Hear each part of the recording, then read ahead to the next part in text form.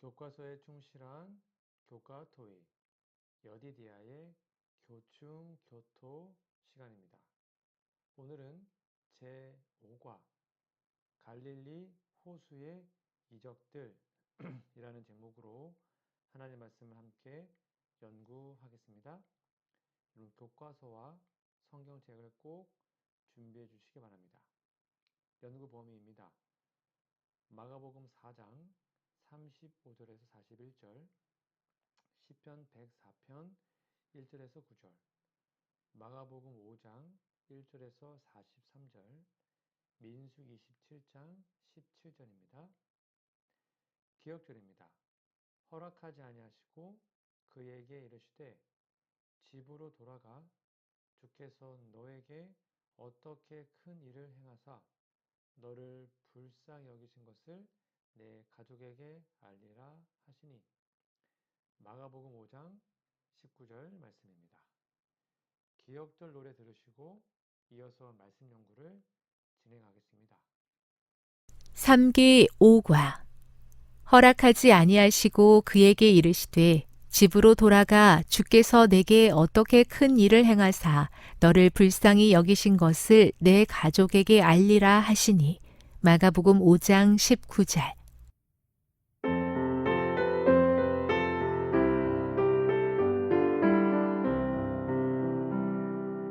허락하지 아니하시고 그에게 이르시되 집으로 돌아가 주께서 내게 어떻게 큰 일을 행하사 너를 불쌍히 여기신 것을 내 가족에게 알리라 하시니.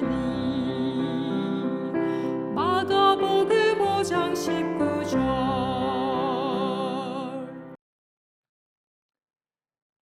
7월 28일 일요일입니다.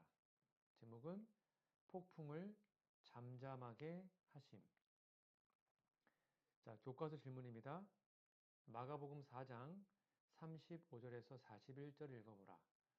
무슨 일이 일어나며 이를 통해 예수님이 누구신지에 대해 어떤 교훈을 얻을 수 있는가? 여러분 본문 꼭 읽어보시면 답을 적을 수 있습니다. 어떤 일이 일어났습니까? 잠깐 요약해드리면 예수님과 제자들은 배를 타고 건너편으로 가기로 합니다. 큰 광풍이 일어나서 배가 물에 잠길 위험에 처했죠. 제자들은 두려워함 예수님을 깨웁니다. 예수님은 바람과 바다를 꾸짖어 잠잠하게 만드십니다. 제자들은 예수님의 권능에 놀라며 그분의 정체에 대해 경이로워합니다. 자, 그러면 이 사건은 어떤 교훈을 얻을 수 있습니까? 이 사건은 예수님이 누구신지를 명확하게 보여줍니다. 바로 천연계의 주관자이죠. 세상의 주관자. 예수님은 천연계 자연의 힘을 통제할 수 있는 권능을 가진 분이십니다. 이는 그분이 단순한 인간이 아니라 창조주 하나님이심을 나타냅니다. 예수께서 잠잠하라, 고요하라라고 말씀하셨을 때 바람과 바다가 즉시 순종한 것은 그분의 절대적인 권위를 보여줍니다.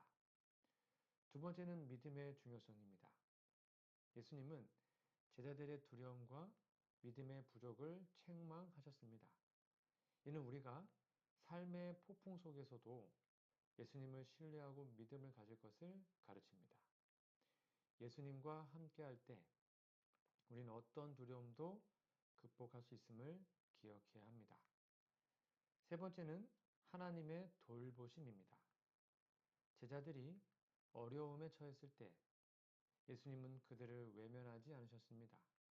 이는 하나님께서 언제나 우리의 필요를 아시고 도우신다는 사실을 상기시켜 줍니다. 영감의 글에 보면 믿음은 하늘의 길을 여는 열쇠이며 하나님의 손을 움직이게 하는 수단이다. 주께서는 우리가 그분께 온전히 의지하고 신뢰할 때 기꺼이 우리의 기도를 들으시고 응답하신다고 기록합니다. 여러분, 우리의 삶에도 다양한 폭풍이 몰아칩니다. 그 폭풍 속에서 우리는 때때로 두려워하고 불안해할 수 있습니다. 그러나 예수님께서는 언제나 우리와 함께 하시며 우리의 모든 두려움을 잠잠케 하실 수 있는 분이십니다. 그분을 신뢰하고 믿음으로 나아가면 어떤 어려움도 극복할 수 있습니다. 오늘도 예수님을 우리의 삶의 주인으로 모시고 그분의 평안 속에 거하는 하루가 되기를 간절히 바랍니다. 밑에 있는 두 번째 질문입니다. 시편 104편 1절에서 9절을 읽어보라. 이 구절에 나타난 여호와는 폭풍을 잠잠하게 하시는 그리스도와 어떻게 비교되는가? 좀 비교해 볼까요? 104편에 보면 첫 번째, 창조주와 천연계, 자연의 주관자를 말하고 있습니다. 여호와 하나님이 창조주로서 천연계의 모든, 즉 자연의 모든 요소들을 통제하시는 모습을 보여줍니다. 하나님은 빛을 입으시고 하늘을 휘장같이 펴시며 물을 다스리십니다. 이러한 묘사는 하나님이 모든 피조물의 주관자이심을 나타냅니다. 마가복음 4장에서는 예수님이 자연의 힘을 통제하는 모습을 보여주시는데 예수님께서 바람과 바다를 꾸짖어 잠잠하게 하신 것은 그분이 하나님과 동일한 권능을 가지신 분임을 드러냅니다. 예수님의 행위는 그분이 창조주 하나님과 동일한 권위와 능력을 가지신 분이라는 사실을 나타냅니다. 두 번째는 권위와 통제입니다. 시편 104편 7절 8절에서 여호와께서 꾸짖으실 때 물이 도망하며 정해진 처소로 흐른다는 표현은 하나님의 절대적인 권위를 나타내죠. 이는 하나님이 말씀으로 천연계를 통제하시는 장면입니다. 마가복음 4장에서도 예수님께서 잠잠하라 고요하라 라고 하실 때 바람과 바다가 즉시 순종하는 모습은 그분의 말씀에 권위가 있음을 보여줍니다. 이는 예수님이 천연계를 통제하시는 절대적인 권위를 가지신 하나님이심을 확증하는 것입니다. 그리고 세 번째가 바로 안식과 보호인데요. 시편 104편은 여호와 하나님께서 땅에 기초를 두시고 물이 다시는 땅을 덮지 못하게 하시는 등 창조와 질서를 유지하시는 분으로서 우리의 안식처와 보호자가 되심을 보여줍니다. 마가복음 4장에서 예수님은 폭풍 속에서도 제자들에게 안식을 주시며 그들을 보호하시는 모습이 나타납니다. 이는 예수님이 우리의 삶의 폭풍 속에서도 우리의 보호자가 되시며 평안을 주시는 분임을 상기시켜 주죠. 영감의 글입니다. 예수님은 피조물을 다스리시는 권세를 가지신 분으로서 그분의 자녀들이 안전하게 지켜지도록 돌보신다. 우리는 그분의 품 안에서 참된 평안을 누릴 수 있다. 여러분, 시편 104편에서 묘사된 여호와 하나님과 마가복음 4장에서 보여진 예수님의 권능은 동일합니다. 이는 예수님이 하나님이심을 명확히 나타냅니다. 그분은 창조주이시며 우리의 삶의 모든 순간을 다스리시고 보호하시는 분이십니다. 오늘도 우리를 둘러싼 어떤 폭풍 속에서도 예수님을 신뢰하며 그분의 평안을 경험하시기를 간절히 바랍니다. 7월 29일 월요일입니다. 제목은 거친 울부짖음에 숨겨진 간구를 들으시는가입니다. 자, 교과서 질문입니다. 마가복음 5장 1절에서 20절 읽어보라. 이 놀라운 이야기에서 대쟁투와 예수님의 능력에 대해 무엇을 다시 한번 알 수 있는가? 어떤 일이 일어났습니까? 잠깐 설명해 드릴게요. 예수님이 거라사인의 지방에 이르시자 더러운 귀신 들린 사람이 나와 예수님을 만났습니다. 그 사람은 무덤 사이에서 거처하며 아무도 그를 제어할 수 없을 만큼 심한 귀신 들린 상태였습니다. 예수님은 그 귀신을 쫓아내시고 귀신들은 돼지떼 속으로 들어가 바다에 빠져 죽게 됩니다. 사람들이 이 소식을 듣고 와서 귀신 들렸던 사람이 온전해진 것을 보고 두려워했고요. 예수님께 떠나시기를 간구합니다. 그러나 귀신 들렸던 사람은 예수님과 함께 있기를 원했고요. 예수님은 그에게 가족들에게 돌아가서 하나님의 큰 일을 전파하라고 말씀하셨죠. 자, 그러면 오늘 본문에서 대쟁투 예수님의 권능에 대한 교훈은 무엇일까요? 첫 번째, 대쟁투의 실체입니다. 이 사건은 영적인 대쟁투의 실체를 드러냅니다. 즉, 귀신 들린 사람의 상태는 사탄의 힘이 인간을 얼마나 비참하게 만들 수 있는지를 보여주는데요. 이는 에베소서 6장 12절 말씀에 우리의 씨름은 혈과 육에 대한 것이 아니라고 말씀하고 있죠. 귀신들은 예수님의 권위를 인정하며 그분께 항복합니다. 이는 예수님이 사탄의 권세를 이기는 분이라는 사실을 명확히 합니다. 두 번째, 예수님의 절대적인 권능입니다. 예수님께서 귀신을 쫓아내신 것은 그분의 절대적인 권능을 보여줍니다. 귀신들은 예수님의 명령에 즉각적으로 순종하며 이는 예수님이 하나님으로서 모든 영적 존재들 위해 권위를 가지신 분임을 나타냅니다. 이 사건은 마가복음 4장에서 예수님이 천연계의 힘을 통제하신 것과 마찬가지로 영적 세계에서도 동일한 권위를 가지신 분임을 확증하는 것이죠.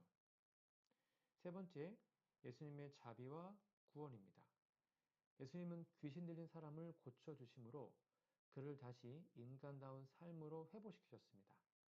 예수님의 자비와 사랑을 보여줍니다. 예수님은 그 사람에게 집으로 돌아가서 하나님의 큰 일을 전하라고 하셨죠. 이는 우리에게 받은 구원의 은혜를 다른 사람들에게 전파하라는 사명을 상기시켜 줍니다. 영감의 글입니다. 예수님께서 거라사의 귀신 들린 자들을 치유하신 것은 그분의 자비와 권능을 드러내는 사건이다. 그분은 사탄의 세력으로부터 우리를 구원하신 능력을 가지신 분이다라고 기록하고 있습니다. 여러분, 이 놀라운 이야기는 예수님의 권능과 자비를 명확히 보여줍니다. 우리는 삶의 여러 상황에서 사탄의 공격을 받을 수 있지만 예수님은 그 모든 권세를 이기신 분이십니다. 그분을 신뢰하며 우리 삶의 모든 문제를 그분께 맡기고 나아가면 우리는 참된 자유와 평안을 누릴 수 있습니다. 오늘도 예수님의 능력과 사랑을 경험하며 그분의 구원의 은혜를 널리 전파하는 하루가 되기를 간절히 바랍니다. 7월 30일 화요일입니다. 제목은 예수님과 함께 탄 롤러코스터. 자, 본문 마가복음 5장 21절에 24절 읽어보라.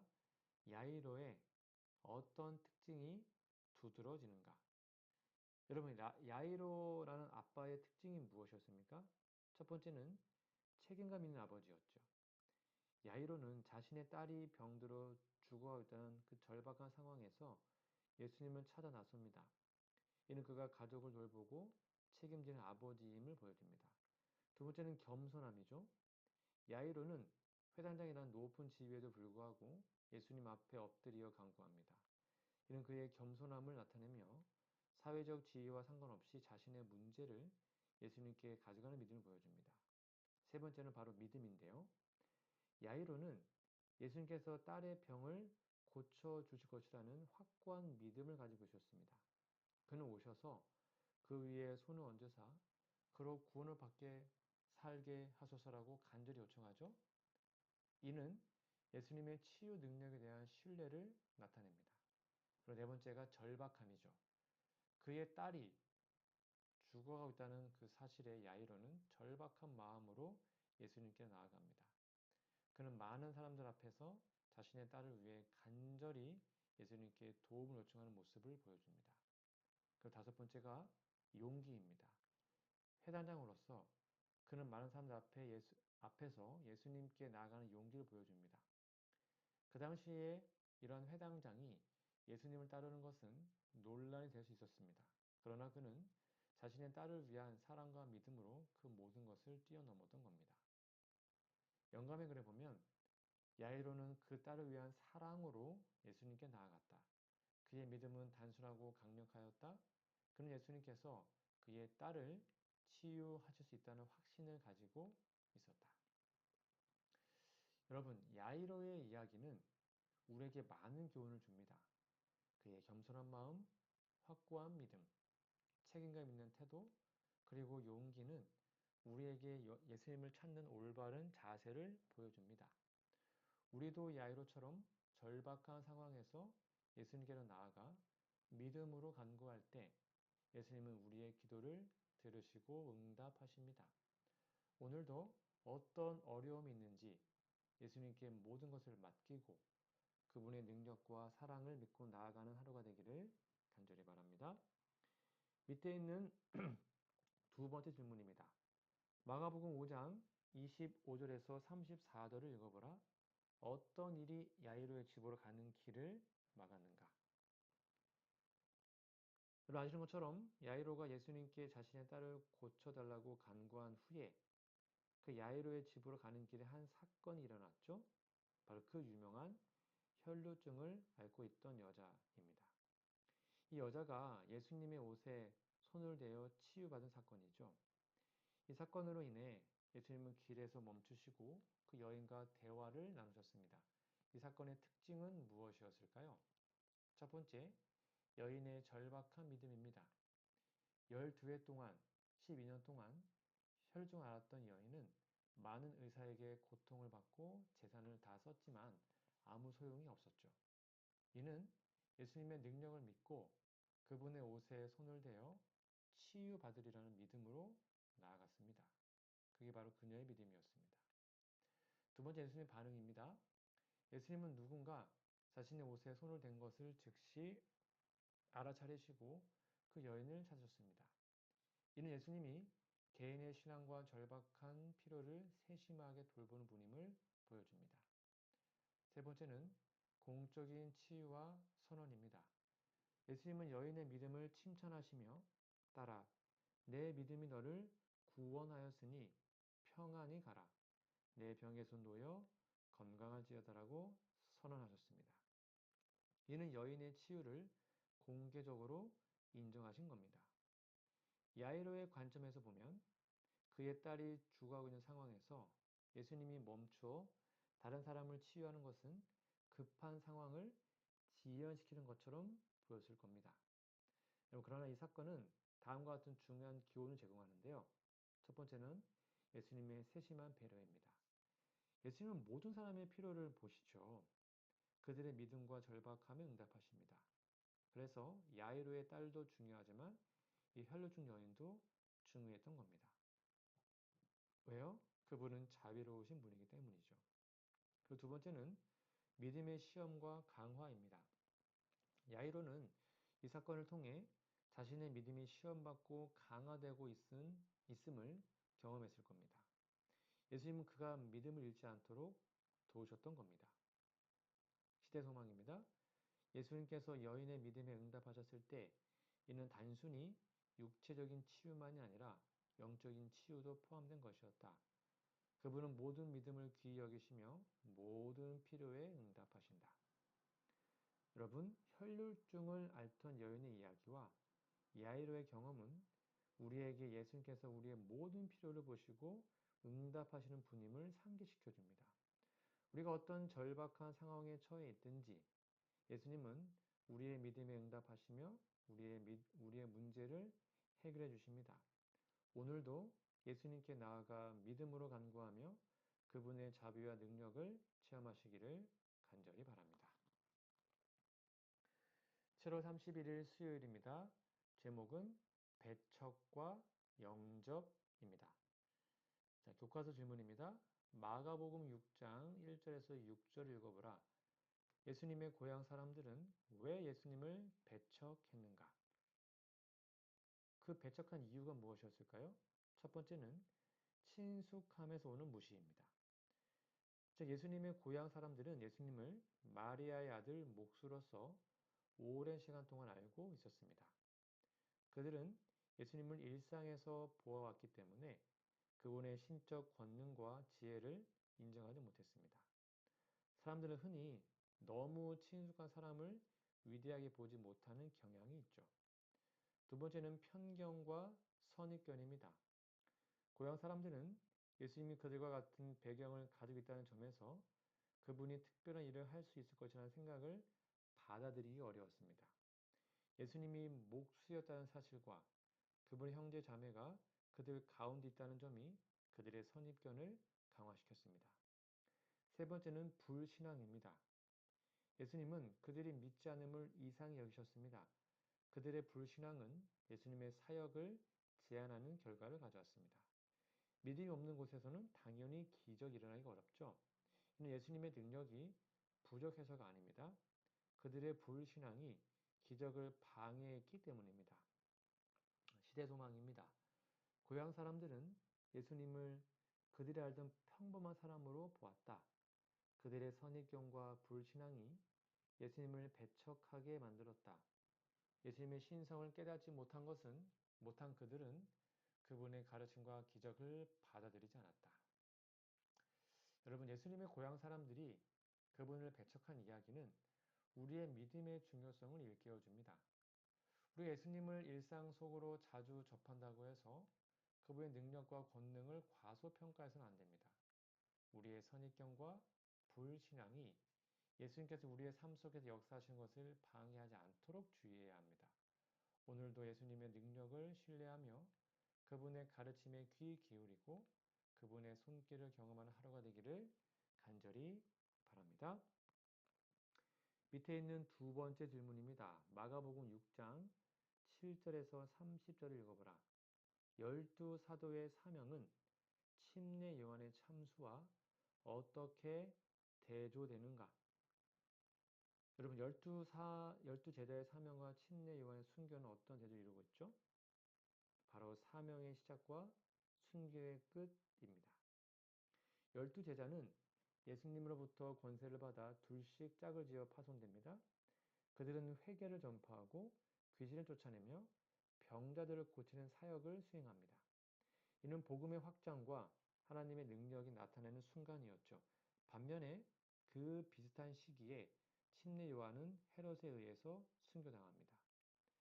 그의 죽음은 헤로디아의 음모와 헤롯의 약속 때문에 발생한 비극적인 사건입니다. 이는 불의와 악이 어떻게 하나님의 종을 박해하는지를 보여주죠. 두 번째는 믿음과 권세입니다. 제자들은 아무것도 가지지 말라는 예수님의 명령을 따라요. 그리고 오직 믿음으로 그의 권세를 의지하여 사역을 합니다. 그들은 예수님의 이름으로 놀라운 일들을 행하며 사람들에게 복음을 전합니다. 요한은 의와 진리를 위해 담대하게 외쳤고 그로 인해 감옥에 갇히고 결국 목숨을 잃었습니다. 그의 순교는 믿음과 진리에 대한 그의 헌신을 나타냅니다. 세 번째는 하나님의 계획과 인간의 악인데요. 제자들의 사역은 하나님의 계획에 따라 복음이 전파되는 과정입니다. 이는 예수님의 인도와 보호하심 속에서 이루어집니다. 요한의 죽음은 인간의 악과 불의가 어떻게 하나님의 계획을 방해하고 있는지를 보여줍니다. 그러나 요한의 순교는 그의 사역과 메시지를 더욱 강하게 만들었으며 그의 죽음 이후에도 그의 영향력은 계속되었던 것이죠. 시대 소망입니다. 침례 요한은 하나님의 왕국을 준비하는 데 중요한 역할을 했으며 그의 순교는 하나님의 계획을 이루는 과정의 일부였습니다. 그의 죽음은 그의 메시지를 더욱 강하게 만들었다. 여러분, 12제자의 사명과 침례 요한의 순교는 우리에게 중요한 교훈을 줍니다. 우리는 하나님의 사명을 받아들여 그분의 인도하심을 따라야 하며 때로는 진리를 위해 희생을 감수해야 할 때도 있습니다. 요한의 순교와 제자들의 사역은 모두 하나님의 계획 안에서 이루어졌으며 그분의 나라를 확장하는 중요한 역할을 했습니다. 오늘도 우리는 예수님의 제자로서 주님의 뜻을 따르며 그분의 권세와 능력을 의지해야 합니다. 우리의 믿음과 헌신이 하나님의 영광을 나타내고 복음의 빛을 세상에 비추기를 간절히 소망합니다. 8월 1일 목요일입니다. 제목은 대중의 기대와 다른 메시아. 자, 교과서 질문입니다. 마가복음 6장 34절에서 52절 읽어보라. 예수님과 제자들이 직면한 문제는 무엇이었으며 그것은 어떻게 해결되었는가? 어떠한 문제가 있었죠? 첫 번째는 큰 무리의 배고픔입니다. 예수님과 제자들은 빈들에서 큰 무리와 함께 있었죠. 날이 저물어가고 있었고요. 사람들이 배고팠습니다. 제자들은 무리를 보내 음식을 사 먹게 하려고 했는데 제자들은 자신의 자원으로는 무리를 먹을 수 없다는 현실적인 문제를 제기했던 겁니다. 즉 200데나리온의 떡도 부족합니다라고 말을 했죠. 무슨 말입니까? 제자들의 믿음이 부족했습니다. 제자들은 예수님이 떡 5개와 물고기 2마리로 많은 사람을 먹일 수 있을 것이라는 믿음을 가지지 못했습니다. 그들은 예수님의 능력을 완전히 이해하지 못했죠. 이게 오병이어의 사건이었고 그 뒤의 사건은 무엇이었습니까? 바로 그들이 배를 타고 건너가려고 할 때 폭풍우가 왔습니다. 바다에서 어려움이 있었죠. 예수님이 기도하러 산에 가신 동안 제자들은 배를 타고 건너편으로 가고 있었습니다. 그들은 거스르는 바람 때문에 힘겹게 노를 저어야 했습니다. 밤 4경쯤에 예수님이 바다 위로 걸어서 그들에게 오셨지만 제자들은 그분을 유령으로 착각하며 두려워했습니다. 자, 그러면 이러한 문제는 어떻게 해결되었습니까? 바로 배고픔의 문제는 예수님께서 기적을 행하셨죠. 오병이어. 예수님은 하늘을 우러러 축사하시고 떡과 물고기를 나누어 주셨습니다. 모든 사람이 배불리 먹고도 남은 조각이 12바구니나 되었죠. 예수님의 능력과 자비를 보여주는 놀라운 기적이었습니다. 예수님은 우리가 가진 작은 것을 사용하여 큰 일을 이룰 수 있습니다. 풍랑 이야기는 뭘까요? 예수님의 동행하심과 위로인데 예수님은 바다 위로 걸어오셔서 제자들을 안심시켰죠. 안심하라, 나니 두려워하지 말라라고 말씀하십니다. 예수님이 배에 올라타시자 바람이 그쳤고요. 예수님이 우리의 어려움 속에서도 함께 하시며 두려움을 없애주시고 평안을 주시는 분임을 나타냅니다. 예수님은 시대소망입니다. 예수님은 5,000명을 먹이심으로 하나님의 공급하시는 능력을 나타내셨다. 그분은 우리에게 필요한 모든 것을 공급하시며 우리와 함께 계시면서 우리를 보호하신다. 여러분, 예수님과 제자들이 직면한 문제들과 그 해결 방법은 우리에게 많은 교훈을 줍니다. 우리는 자주 우리의 한계와 부족을 느끼지만 예수님은 우리의 작은 것을 사용하여 큰 일을 이루십니다. 또한 우리의 삶의 풍랑 속에서도 예수님은 우리와 함께 하시며 두려움 없애주시고 평안을 주십니다. 오늘도 예수님의 능력과 자비를 신뢰하며 그분께 우리의 필요를 맡기고 나아가는 하루가 되기를 간절히 바랍니다. 저는 오늘 제5가 갈릴리 호수 이적들이라는 제목으로 말씀을 드렸습니다. 솔직히 말하면 이 본문들은 너무나 중요해서 이 교과 시간에 다 다룰 수가 없을 겁니다. 하나하나의 기적이 한두 시간짜리의 설교 주제이기 때문입니다. 그러나 요점을 잘 파악하셔서 함께 좀 다루어 보시고 마음속에 좀 잘 새겨 놓으시면 좋을 것 같습니다. 다음 주에는 제6과 속을 드러내 보이심이라는 제목으로 하나님 말씀을 함께 연구하겠습니다. 다음 시간까지 건강하시고요. 우리 기도하고 모든 공부를 마치겠습니다. 하늘에 계신 아버지, 갈릴리 바다를 잔잔하게 하셨던 것처럼 풍랑이 있는 저의 인생길에도 은혜를 베풀어 주옵소서. 주님께서 살아계시고 부족한 저의 인생도 주관하시는 믿습니다. 갈릴리 바다처럼 주의 말씀에 순종하기를 원하오니 믿음을 더해 주시옵소서. 주님이 아무도 도울 수 없을 때도 저를 도우실 수 있는 구주이심을 감사합니다. 저희에게는 세상을 살면서 해결하기 어려운 문제가 많이 있습니다. 어떻게 할 줄 모르지만 주님을 믿고 의지하오니 기도를 들으시고 인도하여 주옵소서. 감정은 오르락 내리락 하기도 하지만 변함없이 주님을 따르기를 원합니다. 믿는다고 하면서도 감정이 휘둘리기 쉬우니 주님, 연약한 우리의 마음을 지켜 주옵소서. 주님의 때를 기다리면서 하루하루를 믿음으로 살 수 있게 도와주시옵고 광야에서 또 감옥에서 끝까지 충성한 요한의 삶을 기억하게 하옵소서. 요한이 사라져도 제자들을 통해서 더 큰 목소리로 외치신 것처럼 하나님의 뜻은 분명히 이루어짐을 기억하고 우리에게 맡겨진 일에 충성되게 하옵소서. 우리도 그들과 같이 주님께 복과 은총과 능력을 간구하지만 주님이 우리에게 나눠주기 원하는 것은 무엇인지 생각해 봅니다. 우리의 눈을 주님의 가시는 길로 향하게 하시고 십자가의 영광과 능력을 바라보게 도와주셨기를 예수님의 이름으로 기도합니다. 아멘.